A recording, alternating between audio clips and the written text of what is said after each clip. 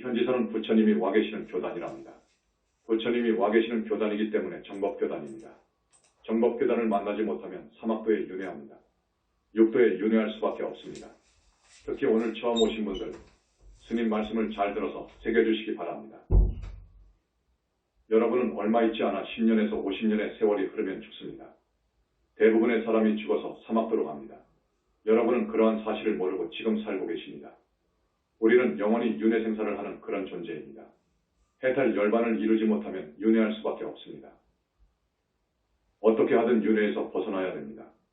그런데 윤회에서 벗어나는 길은 험난합니다. 대단히 어렵습니다. 그러나 부처님의 정법을 만난 사람은 그렇게 어렵지도 않습니다. 그러니까 오늘 처음 오신 분들, 스님 법문 한마디 한마디를 마음에 새기시고 꼭 스님이 바라는 대로 앞날을 살아가시면 좋겠습니다. 오늘은 지난번에 미루어 두었던 주제 부처님 정법문 중에서 광명만덕 태사부님의 위상에 대해서 법문을 시작합니다. 저번 법회에는 법문 시간이 40분 넘어서 이번 법회로 미루었습니다. 오늘 법문은 여러분들이 정말 들어야 됩니다. 오늘 처음 오신 분들 정말 잘 오셨습니다. 부처님 이후로 세 번째 불과를 이룬 분이 광명만덕입니다. 네 번째로 이룬 분은 영산당시 하나니요. 지금의 자제만연입니다. 이것은 3계의 모든 붓다님들이 인정합니다. 여러분, 이 회상에 오심을 정말 감축드립니다. 광명만덕 태사부님이라고 하죠. 그분이 여자입니다. 여자가 불과를 증한 거예요. 수많은 붓다님들 중에서 처음 불과를 증할 때 여자 몸을 받아와 불과를 증한 분이 70% 80% 됩니다. 불과를 증할 때에는 여자로 와야 됩니다. 왜냐? 내 책에도 써놨지만 마지막 생에 모든 부처님들께 공양을 올리는 공덕을 지어야 됩니다. 그래서 여자의 몸을 받아옵니다. 자제마녀는 같이 출세해서 도반이 되었기 때문에 남자로 와도 되어서 이렇게 왔지요. 가끔 부처님으로부터 이 말씀을 듣습니다. 한 사람의 붓다는 그같이 면에서 삼천대천세계의 모든 중생과 바꾸지 않는다. 고 하십니다. 어째서 그러는지 아십니까? 극락세계가 7차원이라고 하면 여기는 3차원입니다. 붓다는 10차원의 세계인 상적광에 세계의 30 이상 80정호의 무량억 정광으로 이루어진 자기 불신을 두고 있기 때문입니다. 붓다는 불신이 있어야 됩니다. 불신이 없으면 붓다가 아닙니다. 2600년 전 석가모니 부처님 이후로 불신을 얻은 분이 4사람뿐입니다. 불신을 얻어야 됩니다. 그런데 불신을 얻는다는 것은 지극히 어려운 일입니다. 언젠가 스님이 말씀했지요. 나유타컵하고도 아승직업 전에 이 우주 안에 2사람의 훌륭한 수행자가 있어서 수행을 하고 있었다. 결국 한 사람만 청정법신을 얻을 수 있었고 원만보신 불신을 얻었다. 다른 한 사람은 결국 불신을 얻지 못했다. 라는 이야기를 했을 거예요. 불신을 얻는 것은 지극히 어렵습니다. 불신이라는 것은 우주화거든요. 곧 우주거든요. 그런 몸을 얻는 것은 지극히 어렵습니다. 불신을 얻어야 미래제가 다하도록 죽을 수 없습니다. 멸도하지 않습니다. 미래제가 다하도록 극락에 삽니다. 이 땅 사바세계의 사람 몸 받아온 화신의 속주인공이 영혼체이지요. 내 개로 되어 있는 영혼체지요. 이 영혼체가 완전히 절대계의 자기 불신과 광도와 강도에 있어서 같아져야 개합됩니다. 열반에 들어서 개합이 되면 완전한 부처님입니다. 그 부처님의 위력은 정말 무섭습니다. 어떠한 적수도 없습니다. 이미 적수가 없습니다. 부처님은 무량광이라고 하는 빛으로 되어 있기 때문입니다. 무량광을 화엄경에서는 백천억 묘한 빛깔 광명이라 하고 법화경에서는 한량없고 수없는 빛깔의 광명이라고 합니다. 부처님의 몸을 이루고 있는 무량억 정광은 불가사의한 힘이 있습니다. 그런 빛으로 부처님의 몸이 이루어져 있어요. 그래서 필요하다면 방광하는데 여러분 법화경 서품을 보면 나오지요. 미간에서 방광하면 저 18,000국토 저쪽 모든 세계를 비추잖아요. 18,000국토가 아니라 온 3계를 다 비출 수 있습니다. 이 몸이 빛으로 되어 있기 때문에 어디든지 빛이 나가요. 10군데에서 나가게 되어 있습니다. 10군데가 확실합니다.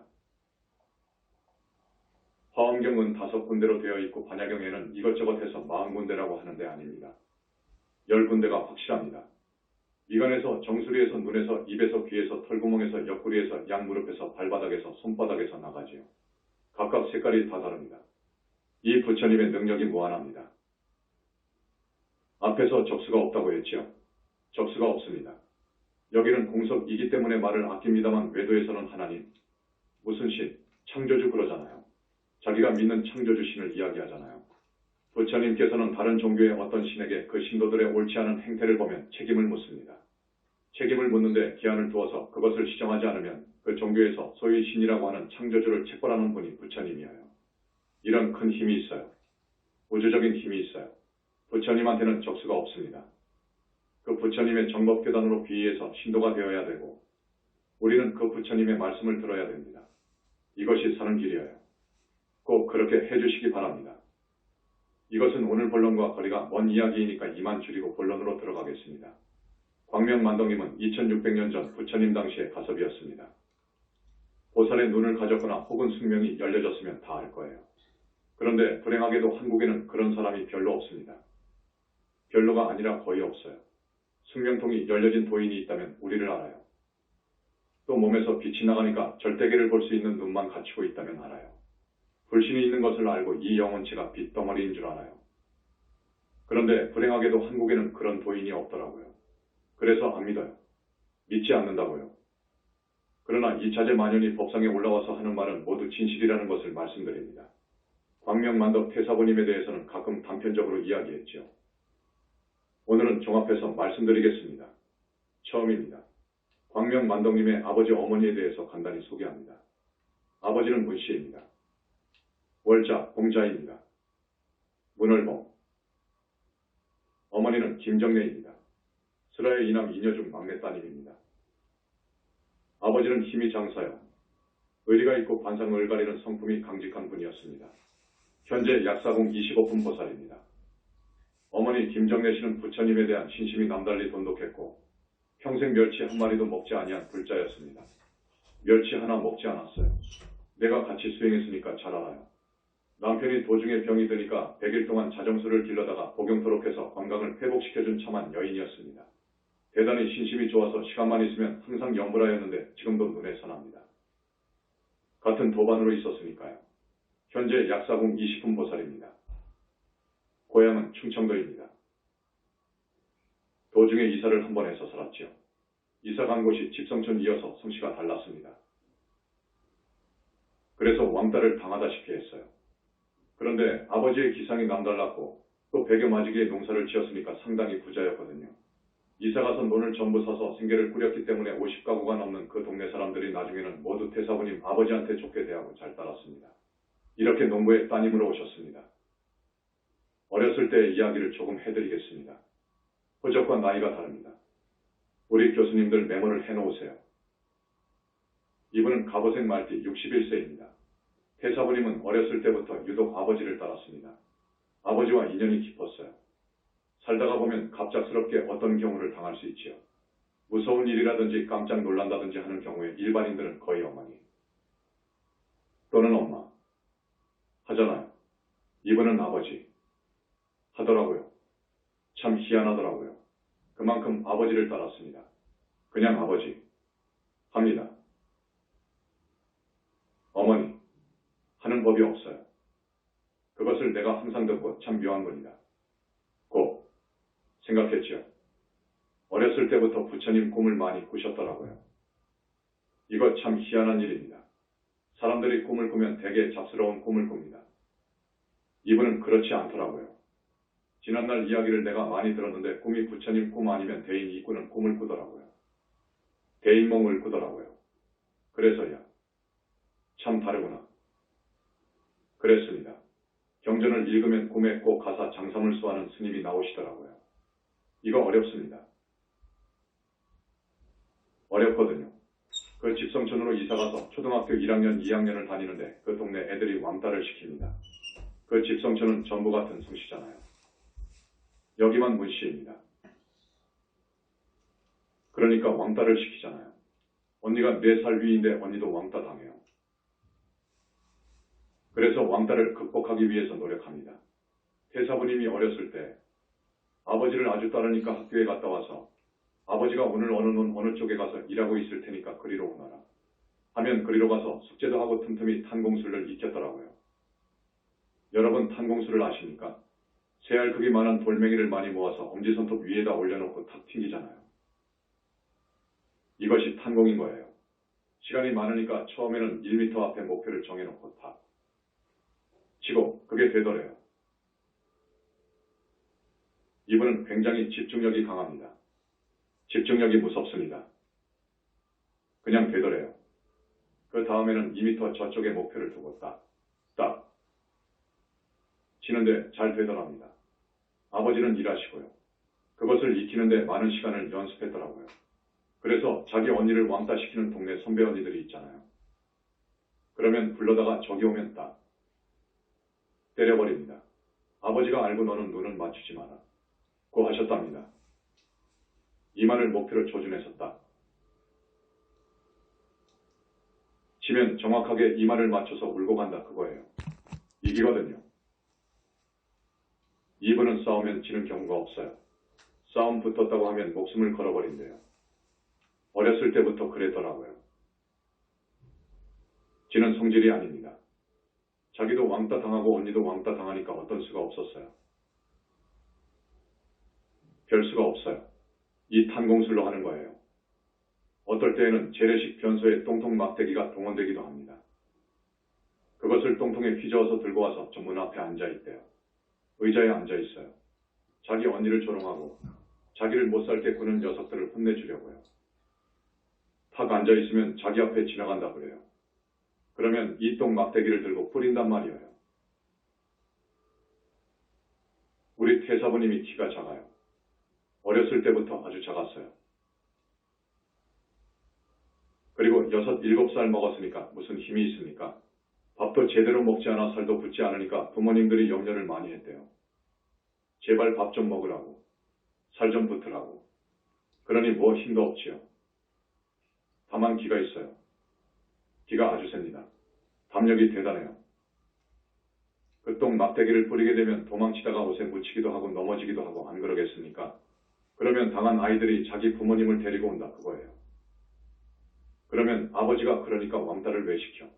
잘못했네. 하시면서 쌀 1말 2말 이렇게 퍼주기도 했습니다. 그 동네 사람들이 못 살았어요. 태사부님 집안은 논밭을 사서 짓고 하니까 한백두락되었지요. 태사부님이 친구나 언니 친구를 되게 때려서 이마에 피가 탁 터지면 엄마 아빠를 데리고 온다 그거예요. 그래놓고 집으로 도망오면 아버지가 또 사고 냈냐? 하시고는 절대 나무라지 않으셨어요. 아버지가 이 따님을 정말 사랑했습니다. 이 따님을 보호하기 위해서 성중하늘에서 오셨거든요.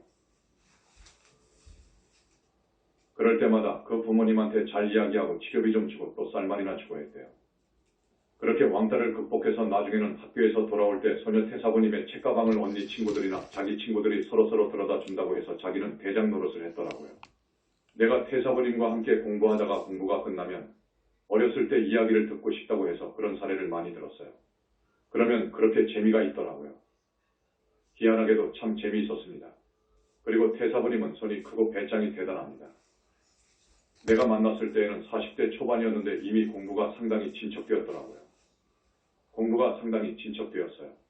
석굴암 사진을 딱 상상으로 그려서 실제로 벽에다가 옮겨 놔버린 거예요. 상상을 현실화 시켜버린 거예요. 여러분 그렇게 하기 어렵습니다. 참 어렵습니다. 그 공부가 대단히 좋은 공부입니다. 좋은 공부예요. 나중에는 석굴암이 완전히 벽에 딱 박혀 있어요. 그리고 태사부님이 일어서면 그 석굴암 사진도 일어서고 손바닥 치면 그 석굴암 사진도 손바닥을 치는 그런 수준에 갔더라고요. 그러니까 집중력이 굉장히 좋아서 공부가 많이 되었더라고요. 그때 선정에 들어갔더라고요. 내가 이분이 공부하는 것을 보고 사상을 쭉 더듬어 보니까 이분은 여자로 왔지만 여자로서 성이라는 것이 뿌리가 거의 다 빠져버렸어요. 성녀가 되었더라고요. 오직 공부해요. 오직 열심히 공부합니다. 여름에 이렇게 더울 때 하루에 18시간까지 했으니까요. 그리고 태사부님은 이 몸에 대한 애착이 없습니다. 참 특별합니다. 이 몸에 대한 애착이 없어요. 그분한테는 죽는 것은 문제가 아니에요. 애착이 전혀 없어요. 한 세 가지 아주 중요한 일화가 있습니다. 오늘은 시간 관계상 내가 소개할 수 없고 이 다음에 말씀해드리겠습니다. 인정이 아주 많습니다. 무서운 사람 같지만 참 인정이 많습니다. 자비하다고요. 일을 하면 철저히 합니다. 우리하고 다릅니다. 여러분과 다릅니다. 일을 할 때에는 철저히 합니다. 안목이 있어요. 출중한 안목이 있습니다. 토목이든 건축이든 무슨 분야라도 안목이 아주 훌륭합니다. 그 분야의 웬만한 사장들이 배웁니다. 그러니까 건축회사 사장, 또 토목에 일가견 있는 사람 등이 배워요. 아주 사에 박습니다. 이것을 사에 박다고 하는 거예요. 물론 진리에 대해서 터득했기 때문에 진리에 박지요. 이사에 굉장히 박습니다. 우리 춘천 대적광전을 보세요. 대적광전 터를 쭉 올려서 지어놓으니까 궁이 되잖아요. 전부 태사부님 안목으로 지어진 거예요. 제주도 보세요. 제주도에 그 황야벌판을 사서 여기에는 무엇, 저기에는 무엇하고 담을 치고 어쩌고 그 아이디어가 모두 머릿속에서 나온 거예요. 안목이 출중합니다. 효심이 대단합니다. 부모님에 대한 효도가 참 대단합니다. 한때에는 어머니가 걷지 못했어요. 나하고 만나기 직전에 그랬어요. 어머니가 안진뱅이처럼 다녔다고요. 그러니까 어머니를 모셔야 하는데 위로는 아들이 하나 있고 그 다음에 언니가 있고 그 다음에 태사부님, 그 다음에 남동생인데 다 어머니를 모시지 않더라고요. 태사부님이 혼자 사니까 모시고 있더라고요. 이분이 모시는데 어머니에 대한 효가 극진해요. 그때는 이미 아버지는 가셨어요. 아주 편히 가셨어요. 가신 후인데 어머니가 걷지를 못하니까 우리 어머니를 내가 낫게 해드려야 되겠다. 그 마음 먹었는데 지장보살본원경 이 생각나더래요. 내가 지장보살본원경을 읽고 지장기도를 100일 동안 해야 되겠다. 하고 소원을 세우고 지장보살님한테 그랬대요. 그분은 처음부터 부처님이 계신다는 것을 믿고 들어갔다는 거예요. 이중들은 안 그러지 않습니까? 어디에 부처가 있느냐? 그러지 않습니까? 그런데 이분은 철저하게 부처님이 계신다는 것을 신앙하고 들어갔더라고요. 그래서 지장보살님한테 지장보살님, 내가 100일 동안 당신의 지장보살본원경을 읽고 당신을 찾고 발언하기를 우리 어머니가 예전처럼 일어나서 이렇게 정상인처럼 걸을 수 있도록 해주십시오. 그러면 당신이 원하는 대로 내 몸을 바치리다. 이렇게 서원하고 들어갔더군요. 그래서 100일 기도를 다 채우는데 어머니가 벌떡 일어났어요. 100일 만에 어머니가 일어나 버렸어요. 나는 그 후에 갔었는데 어머니가 정상이어요. 그런 이야기를 하는데요. 그러셨나? 그랬지요.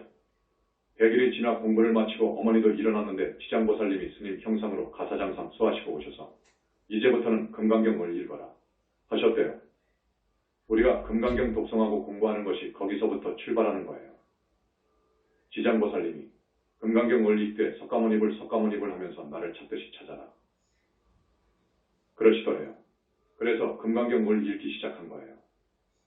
그러면서 석가모니불을 하기 시작한 거예요. 그렇게 금강경 공부를 많이 하는데 또 오셔서 공청으로 화두를 주셨습니다. 화두를 받았습니다. 공청으로 화두 받은 사람은 아마 부처님 이후 첫 번째일 거예요. 그 말이 무슨 말이냐? 공중에서 깨달은 부처님의 소리가 나와요. 부처님 소리가 다릅니다. 하늘 사람 소리가 다르고 보살 소리가 다르고 귀신 소리가 다르고 사람 소리가 다릅니다. 저 십차원 절대계의 우리 부처님의 소리는 측량할 수 없어요. 아주 자비롭고 아름답고 옥이 굴러가는 소리, 청아한 소리, 어떻게 표현할 수 없이 아름다워요. 그래서 문수보살 예천문 해보면 이런 음중, 묘한 목소리에 온갖 묘한 아름다운 목소리를 다 충섭했다. 는 말이 있을 거예요. 이런 음중 구일체명, 일일묘음 중 구족체승은 부처님의 공청은 그런 목소리예요. 부처님께서 공청으로 화두를 주는 거예요. 공청으로 화두를 주었습니다. 그 화두가 이렇습니다. 오대산 깊은 고래 돌을 닦는 중 까마귀 한 마리 날아와 까악까악 울더니 오대산 깊은 고래 떨어져 죽는구나. 그 까마귀 다시 날아와 까악까악 울 적에 너는 도가 터지느니라. 이 화두를 줬어요. 이것을 딱 듣고 옮겨 썼어요. 딱 써놓고 이것을 의심한다고요. 이 속에 의심이 있습니다.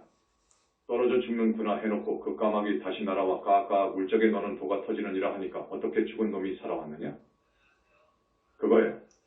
이 의심을 무섭게 했더라고요. 시장에 갈 때에도 이 의심만 하고 아무리 생각해도 답이 나오지 않으니까 그릇을 내던져버리기도 하고 커피 마시다가 이 의심에 걸려서 의심이 해결되지 않으니까 마시던 커피 잔을 벽에다가 때려버리기도 하고요.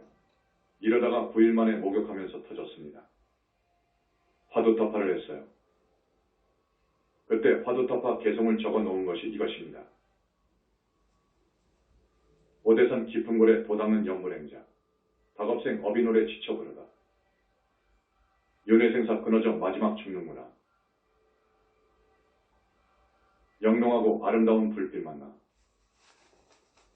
연불행자 여여부동 자기 노래 부른다. 이게 답입니다. 부처님께서 이 화두타파를 훌륭히 했다고 칭찬했어요. 그때 찬물로 물을 끼얹다가 터졌어요. 여름이었는데 찬물로 물을 끼얹다가 화두가 터졌는데 혼자 사니까 너무나 좋아서 벌거벗고 춤을 췄다 그거예요. 화두타파 할 때에는 온 천지가 텅 비어버리더래요. 그리고 그 환한 빛만이 온 우주에 가득하더래요. 나도 없고 너도 없고 한나도 없고 벽도 없고 집도 없고 자기가 앉아있는 방석도 없고 못도 없고 하나도 없어져 버리더니 부처님께서 주신 화두 의심이 터져버렸어요. 이렇게 9일 만에 화두타파한 분입니다. 이분이 이제 오로지 공부를 하는데 그러니까 부처님께서 시키신 것 같아요. 어렸을 때부터 전부 부처님이 따라다닙니다. 금생에 불과 이룰 사람은 그러기 전부터 불보살님이 쫙 살펴봅니다. 그러니까 지장보살 바로문에 한중생을 제도하려 백천생을 따라다녀 끝끝내야 건져냄이 불보살의 대잡이니 라고 있을 거예요. 백천생을 따라다녀 구제하고 만다는 그 글귀가 있어요. 정확한 거예요. 부처님들, 보살님들, 문수부처님, 보현부처님 등이 항상 따라다녔더라고요. 항상 살폈더라고요. 시간을 보려고 시절인연을 보려고요.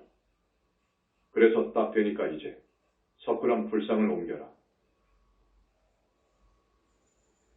하는 그 소리 없는 것이 생각으로 들어와서 석굴암 불상을 옮기는 공부를 했더라고요. 그때 석굴암 불상을 완벽히 옮겨버렸어요. 완벽히 옮기고 선정에 들어갔습니다. 부처님이 끌어야 깊은 선정에 들어가는 것입니다. 혼자 못 들어갑니다. 그래서 삼매에 들고 해인 삼매에 들고 대적정 삼매에 들어 부처님을 만난 거예요. 부처님을 만난 거예요. 이 세상에 부처님을 만난 분이 없습니다. 불과 이른 분만 대적정 삼매에 들어 만나는 거예요. 부처님을 만날 수가 없는 거예요. 왜냐? 10차원 저 절대계에 계시거든요. 절대계에 가지 않으면 못 만나는 거예요.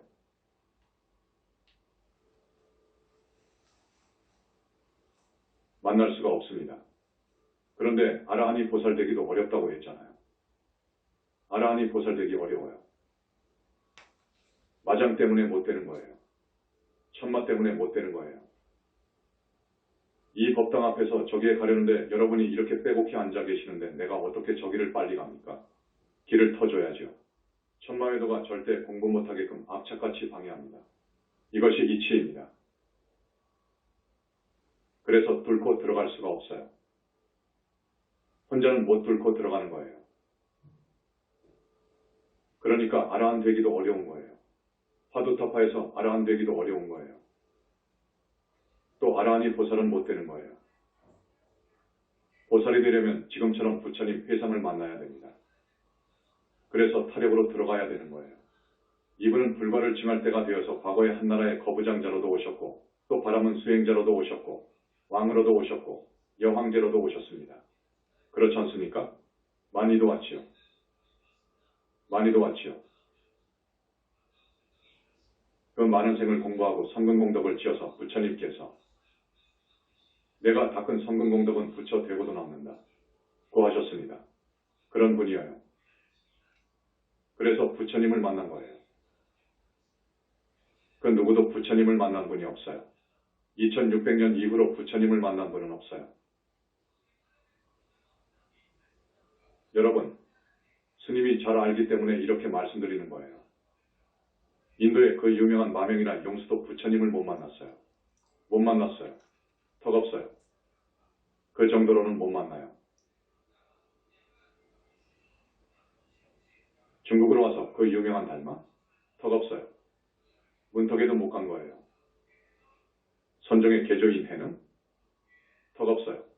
거기는 아라한 정도예요. 천태? 학자예요. 한국으로 와서 원효보조 서산. 안 되어요. 절대 아니어요. 거기는 부처님이 있는지도 몰랐어요. 우리 태사부님은 부처님이 계심을 철저히 믿고 직접 만나서 지금은 완전히 불보살림 속에서 살아요. 앞에서 말씀했지요. 부다 한 사람은 삼천대천세계 모든 중생들하고도 바꾸지 않아요. 그 이유가 있어요. 그만큼 부다 한 사람의 몸값이 대단해요. 여러분, 오늘날 축구 영웅이라고 불리는 아르헨티나의 메시라든지 포르투갈의 호나우도의 몸값 알지요? 1년에 1,500억인가 된다고 해요. 그것도 평생이 아니고 몇 년 그러죠. 또 야구나 골프하는 선수의 몸값이 대단해요. 그렇지만 여기 부다하고 비교한다는 그 말 자체가 불경입니다. 불경입니다. 대통령?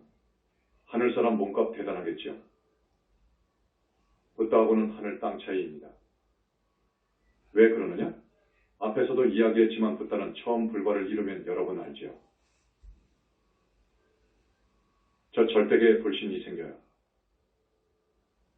청정법신, 과보신과 화신을 불신이라고 하는 거예요. 그중 여기서 말하는 불신은 보신불을 말해요. 저 절대계에 있는 자기 몸뚱이 보신이라고 합니다. 이 보신을 자력으로는 못 만들어요. 이 보신을 얻는 것은 정말로 어려워요. 앞에서 이야기했죠. 나유타하고도 아승기겁전의 위대한 두 수행자 중 한 사람은 보신을 영원히 얻지 못한 거예요. 그분이 현재 어떠한 종교의 수장이잖아요.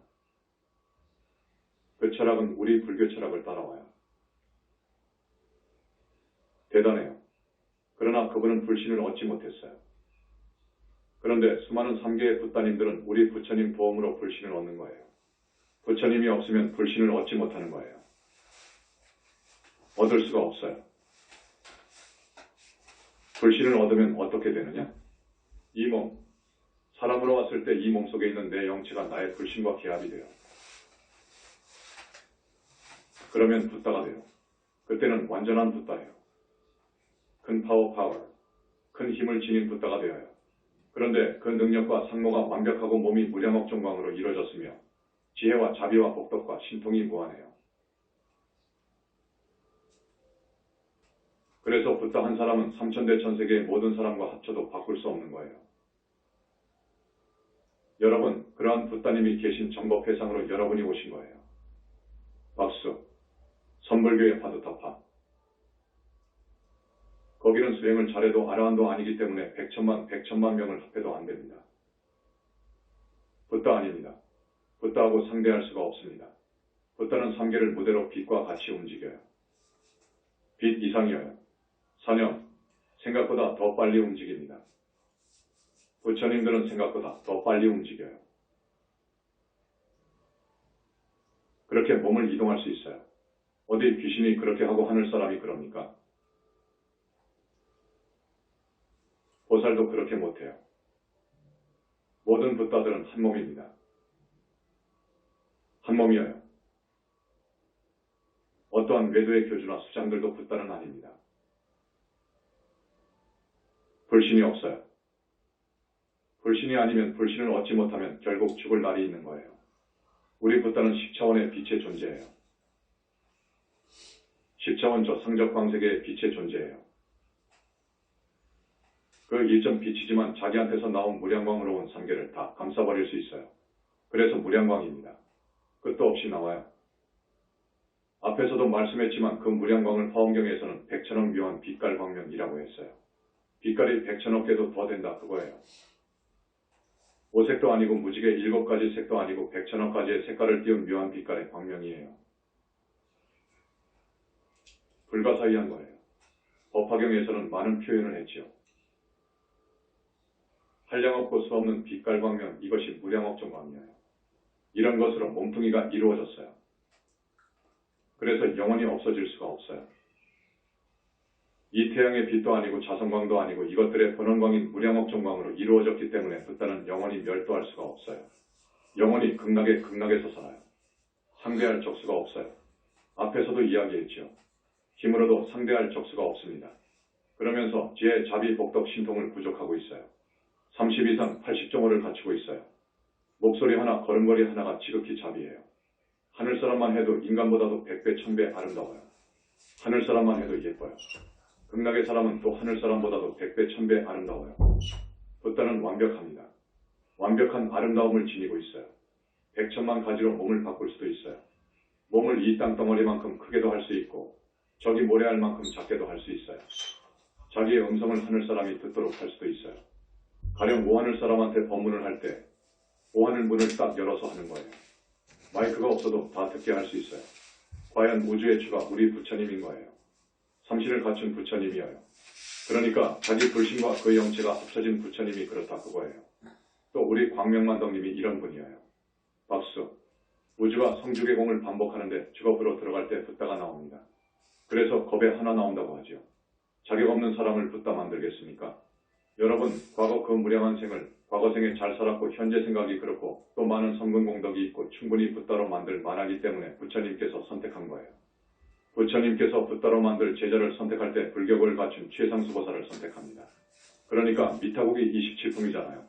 거기를 지나 올라가면 약사궁이 27품입니다. 약사궁 27품을 올라가면 불격을 갖춘 최상수보살이 1등급, 2등급, 3등급이 있어요. 거기 1등급 중에서 선택합니다. 불과를 징하도록 우리 부처님께서 낙점하는 거예요. 그런데 최상수보살이 얼마나 많습니까? 3계의 모든 붓다님의 좌우보처는 모두 불격을 갖춘 최상수보살들이에요. 그렇지 않습니까? 다 보살들이잖아요. 그 많은 보살님들 중에서 이 다음 붓다 될 사람 한 사람이 딱 낙점돼요. 자격이 있어야 되는 거예요. 그것을 아십시오. 어느 불교 종단에서 몇 년 전까지만 해도 우리 태사부님과 나를 이러쿵저러쿵 했어요. 이러쿵저러쿵 온갖 소문을 다 만들어서 모함했죠. 여러분 그러면 큰 업을 짓습니다. 대성자를 흉본다는 것은 너무너무도 큰 업이옵시다. 여러분 그거 알아야 됩니다. 우리가 꼭 지켜야 할 계율이 있습니다. 계율, 살더운 망주, 주는 술이지요. 아편 마약까지 포함합니다. 그리고 다른 사람을 흉보지 말고 성자를 이야기하지 말고 성자를 이야기하다가 보면 실수할 수 있으니까 성자를 대상으로 이야기해서는 안 됩니다. 그리고 악의를 갖고 이야기해서는 안 됩니다. 악의, 나쁜 감정, 아주 지독한 극악한 감정을 가지고 상대를 나쁘게 이야기하는 법이 아니에요. 그런 정도는 우리가 지켜야 됩니다. 우리 태사부님이 가끔 말하십니다. 우리가 10년을 면벽했는데 벽을 보고 3개를 뚫어버린 사람이 누가 있느냐. 그거예요. 오직 벽만 보고 공부해서 3개를 뚫어버렸어요. 3개를 뚫고 공을 뚫고 나아가서 부처님을 만나버렸으니까 이건 대단한 거예요. 해인삼매, 대적정삼매는 우리 스님들도 어떤 삼매인지 몰라요. 들지를 못했으니까요. 여기를 다 통과한 분이 태사부님이에요. 내 책에 하나의 신뢰를 적어 놓았을걸요. 많이도 통과한 이야기가 있어요. 우리 영산불교는 그러한 큰 스님이 있습니다. 정말 그렇기 때문에 보살이 나오고 여러분들이 모두 사막도에 떨어지지 않게 되는 거예요. 우리 부처님 이후로 1000년 만에 불과를 징한 분이 수보리존자예요. 사리불존자가 1250년 만에 한국 땅에 오셔서 불과를 징하셨어요.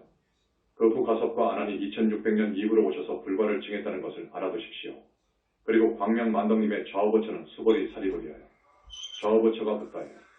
보통 외도의 큰 인물들, 마호메트 같은 분들이 기도하잖아요.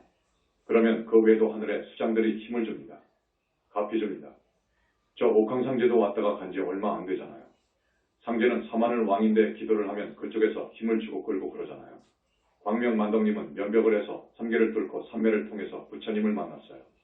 이분은 하늘과 세계 무세계 하늘을 다 통과한 거예요. 그래야 극락을 가고 그것을 지나가서 정면에 세계 부처님 계신 곳에 갑니다. 태사부님은 그런 분이에요. 내가 화엄경에서 가장 좋아하는 개성이 있어요. 면벽해서 3계를 뚫고 공을 뚫어버린 이야기. 이 개성이 그것을 말해줍니다. 문수보살님이 자장율사한테 들려준 개성이에요. 자장율사가 문수보살님 칭견하려고 중국 당나라 문수보살 주처에 가서 기도한 적이 있죠. 요지일체법 자성무소요. 여시의 법성 직견노사나. 우리말로 해석하면 세상이치 알고 보면 자성은 무소유라. 이와 같이 깨달으면 노산합을 부처님을 뵙지. 그 말이에요. 자성은 무소유다. 공을 뚫어버린 거예요. 붓다는 이렇게 공부에 들어가는 거예요. 3개와 공을 뚫어버렸어요. 정멸과 저기 부처님 3개까지 들어가 버린 거예요. 연벽 10년 만에 노선화부를 뵌 거예요. 대단한 거예요. 앞으로도 더 법문이 있을 것입니다. 아직 못한 태사부님에 대한 소개할 거리가 많습니다. 지금 태사부님은 못할 일이 없습니다. 부처님이 항상 함께하고 계십니다. 부처님하고 항상 함께하지만 그 부처님을 3개의 중생들이 모두 찾아도 다 가신다고요. 화신불이 부처님을 찾는 중생 앞에 갑니다. 여러분 아시죠? 오늘 처음 오신 분은 부처님의 능력을 이해 못할 거예요. 100천만억 화신을 냅니다. 이 부처님은 능력이 어마어마합니다. 그래서 우리가 만난 부처님이 진짜 부처님이더라 그거예요. 진짜 부처님이더라 그거예요. 박수. 내 책을 보고 조계종에서는 천마라고 했습니다. 천마를 만났다고 했어요. 여러분, 부처님과 천마의 차이는 하늘과 땅 차이에 100천만 배도 더 됩니다. 그래서 내가 이런 법문을 언제 해줘야 하는데 하고 생각했습니다. 전번에도 이야기했지만 변화술에 능한 천마가 있습니다. 부처님상으로 보살상으로 나온다니까요. 둔갑한다니까요. 그러니까 공부한 사람이 들립니다. 그게 사실은 천마예요. 부처님은 10차원의 무아속 절대계의 존재이고 천마는 아래 하늘 천인 중에서도 마구니이다. 여러분 아십시오. 붓다는 불신이 부사이한 무량억 정광으로 되어 있으나 천마는 하늘 빛으로 몽둥이가 되어 있다. 그렇잖아요? 따라서 붓다는 10군데에서 무량광을 방출할 수 있으나 천마는 하늘빛을 방사할 수도 없다. 천마는 하늘빛이다. 붓다는 30 이상 80정호의 거룩한 해탈상이지만 천마는 전혀 아니다. 여러분, 왕과 거지의 차이보다도 더 차이 난다니까요. 우리가 천마를 모르나요? 천마를 이야기하는 조계종 스님들, 우리는 이럽니다. 아니, 제법이 무아인데 실체가 없다면서 어째서 또 그때는 천마를 말하나? 천마를 알지도 못하면서 천마의 실체를 모르면서 말이야. 천마의 실체를 아는 사람이 거의 없습니다. 스님의 이야기가 진실하다고요. 내가 조계종에서 50년을 상인포교사로 있었어요. 천마, 하늘 마구니예요. 하늘에 마구니가 있단 말이에요. 하늘 천인이 아닙니다. 천인 계열에 들어가기는 했지만 마구니가 있단 말이에요. 천인 마구니. 예전에 스님이 이야기를 했었습니다. 자, 어떤 경우냐? 가령 이슬람 무슬림들, 마호메트교 교도들 중에서 자살폭탄 테러한 사람이 있죠. 자살폭탄 테러한 사람을 그 외도 하늘에서 데리고 가버릴 수가 있어요. 그게 천마입니다. 그 천마가 무슨 인격이 갖춰져 있고 사랑이 있습니까? 또 마음에 욕심이 없고 그럽니까? 이런 유들이 천마입니다. 아주 못된 애들이에요. 그래서 지금은 부처님한테 적발되면 즉각 지옥으로 가지요. 즉각 지옥행입니다. 잡아서 지옥에 넣어버립니다. 또 그 수장한테 그런 짓 하지 말라고 해요. 그 경고도 듣지 않으면 안 들어서 그런다 그거예요. 이 말은 해주지 않겠습니다. 이 부분은 스님이 끝까지 이야기하지 않겠습니다. 붓다는 지혜, 자비, 복덕, 신통이 구족되어 있으나 천마는 아니다. 붓다는 삼신을 갖추고 있고 필요할 때에는 인연 국토에 100천만억 화신을 놔둘 수 있으나 천마는 아니다. 100천만 분의 1도 못한다 그거예요. 붓다는 우주 3개를 사속 이상으로 생각 이상으로 이동할 수 있으나 천마는 하늘 위 하늘은 갈 수도 없고 이동의 속도도 제한적이다. 붓다는 깊은 산매에 들 수 있으나 천마는 절대로 산매에 들 수 없다. 산매에 드는 것은 성중하늘부터예요. 아라함부터예요. 천마들은 산매에 못 들어요. 선정에 못 들어요. 붓다의 지혜는 끝이 없어서 일체종지라고 하지만 천마는 1층 수준이라고요. 천마의 지혜가 하늘사람이라지만 그것도 마구니입니다. 붓다는 못할 신통이 없으나 천마는 천인 정도 이상의 신통은 못한다. 붓다는 생사에 영원히 자제하여 영원히 지옥 악이 축생되지 윤회에 떨어지지 않지만 천마는 아니다. 지옥에 간다. 지옥에 가지요. 붓다는 자비 자체이지만 천마는 삼독에 속박되어 있다. 천마들은 공부하는 사람들한테 접속해서 자기네들 법이 이상으로 올라가는 공부를 방해합니다. 적이 생기니까요. 무서운 사람이 생기니까요. 그런 무서운 사람이 못 되도록 방해하는 거예요. 그리고 자기네 권속 중에서 쓸만하다고 생각되는 이가 객사하면 그를 집단의 힘으로 데려가는 경우가 있는데 이것이 천마다. 예수라든지 자살폭탄 테러 등입니다. 그래도 예수는 그 하늘에서 모셔 가버린 거예요. 선불교에서 천마를 말하는 것은 정말 넌센스이다. 일체제법이 무아라고 하면서 왜 실체를 말하느냐 그거예요. 지금 자칭타칭으로 내가 미륵이다 하고 말하는 사람 거의 모두가 변화술에 능한 천마들의 트릭 트랙 속임수에 빠져 있다. 그래서 천마의 섭 한사마라고 본다. 전번에도 이야기했지요. 천마가 자기 권속을 만들려면 쓸만한 사람한테 가서 불보살의 모습으로 둔갑해서 보여준다고요. 그러면 믿잖아요. 어느 때에는 그 사람을 불보살로 만들어 놔버려요. 그러면 내가 부처네. 이렇게 생각하잖아요. 이거 트릭이에요.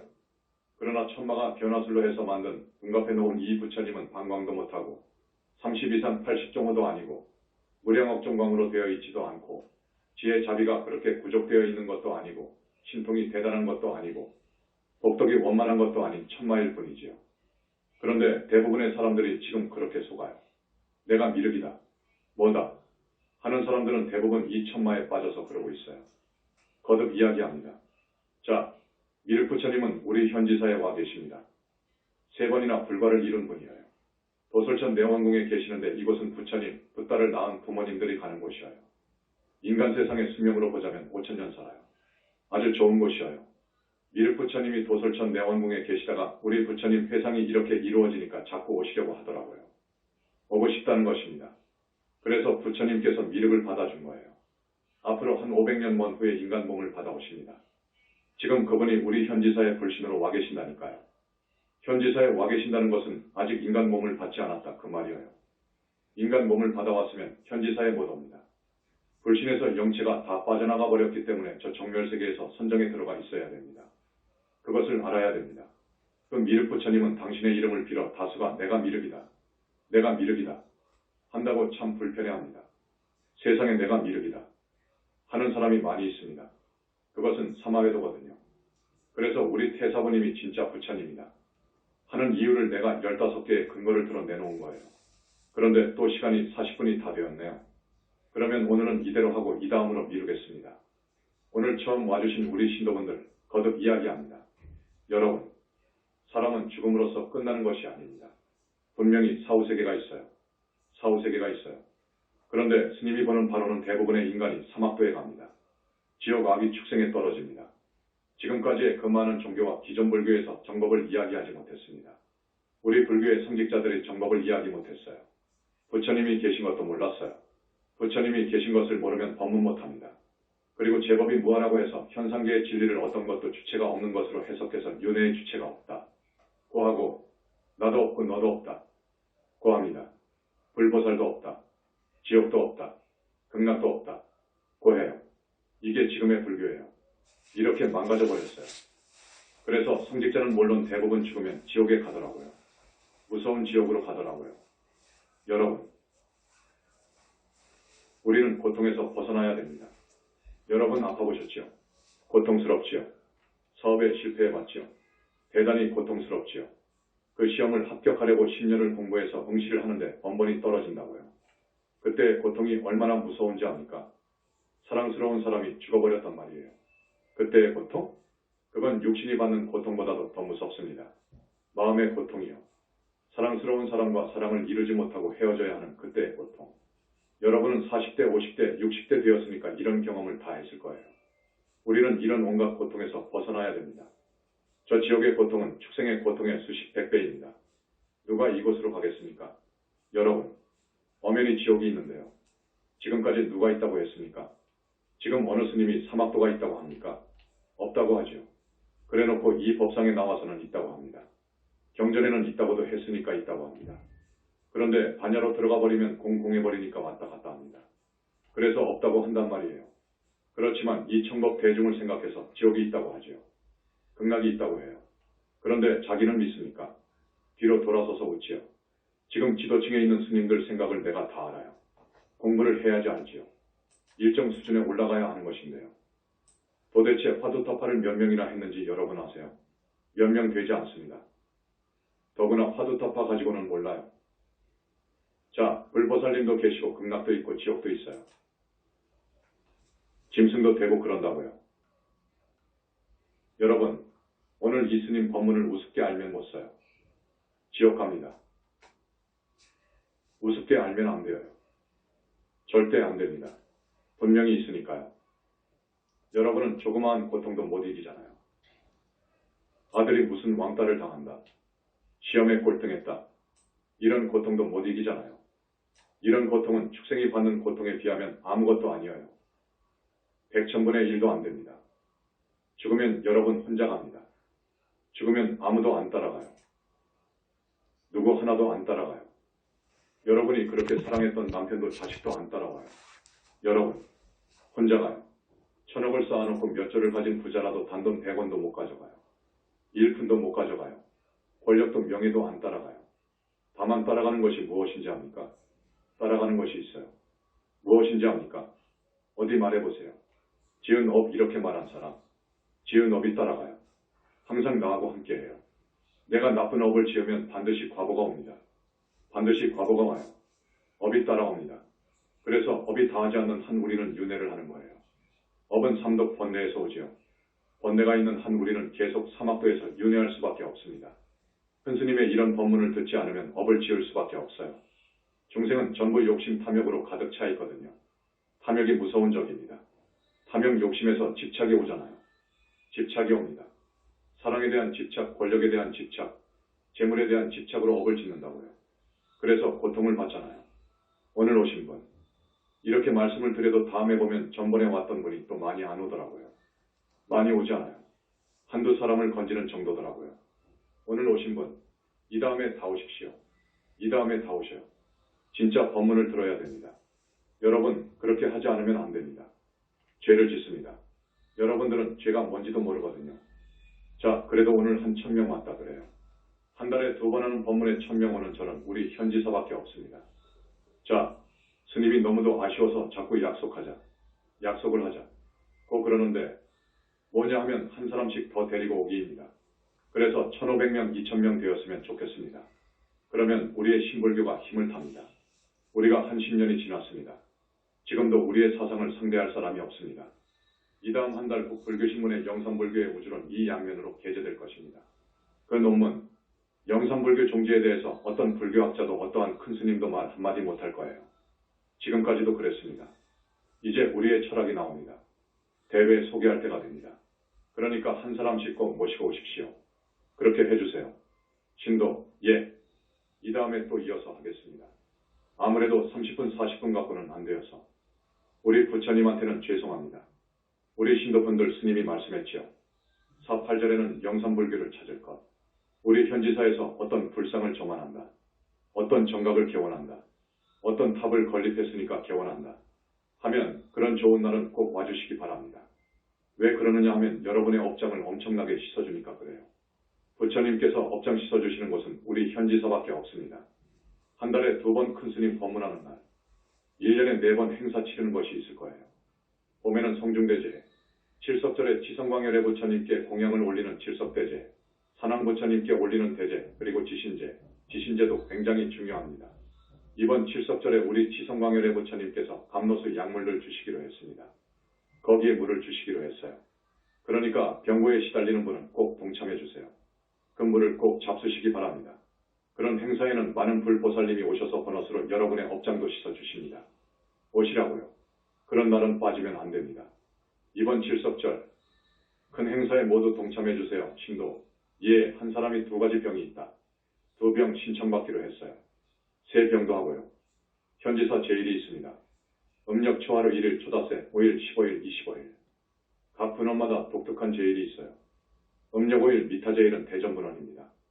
음력 8일 약사제일은 고성분원입니다. 음력 18일 지장제일을 모시는 대구분원, 대전분원, 제주도분원이 있습니다. 음력 23일 미륵제일은 서울분원입니다. 음력 24일 관음제일은 서울분원, 부산분원입니다.